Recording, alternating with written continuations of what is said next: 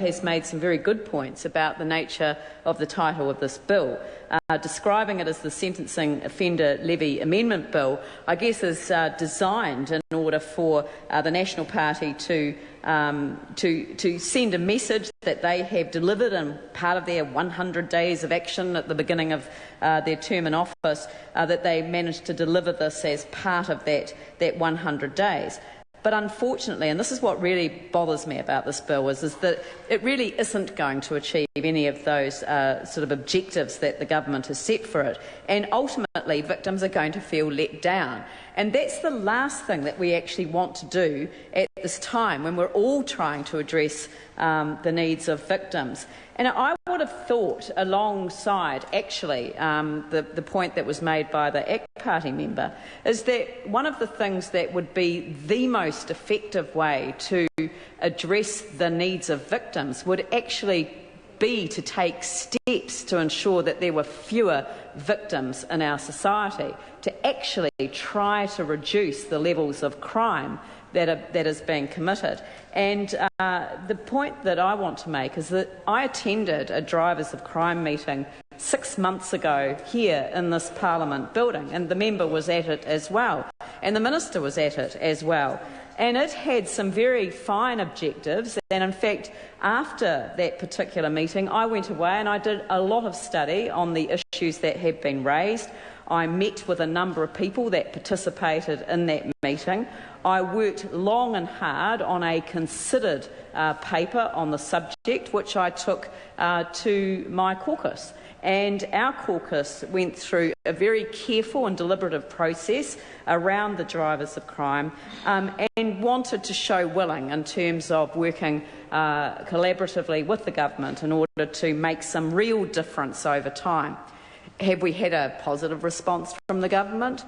No. 6 months. So I wrote 5 months ago, because I think I took about a month to do the work that I wanted to do, and the response that I got was essentially, oh, well, the government will be considering the matters that you have raised at some stage in the near future.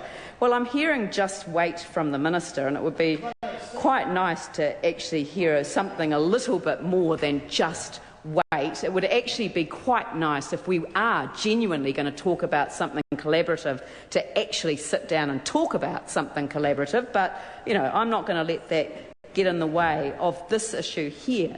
What I'm saying is that if we could actually do something to address the potential for future victims of crime being created, then we would be doing so much more as a parliament than we would be doing simply by passing a $50 offender levy, regardless of the type of offence that the individual has been convicted of, and also regardless of the sentence that they are handed down.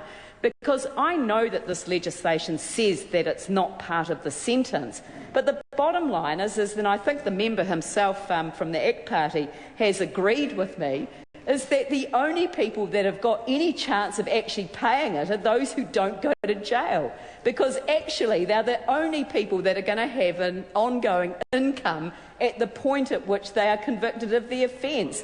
And I'm not disagreeing with the member with his solution for how to actually get that out of the individual at the point of sale, as it were, you know, sort of kind of like an FPOS system for offender levies. I'm actually not disagreeing with him. I'm just saying that when the person goes to jail, the chances of getting the $50 offender levy out of anyone else associated with that individual will be kind of like waiting till hell freezes over. So not only are you going to have the same tariff regardless of the level of offence, you're actually going to have, depending on the type of sentence that the individual gets, the more serious the offence and the more serious the sentence that is imposed on the offender, actually the less likely that they're going to be called upon to pay the offender levy, and that to me just smacks of hypocrisy.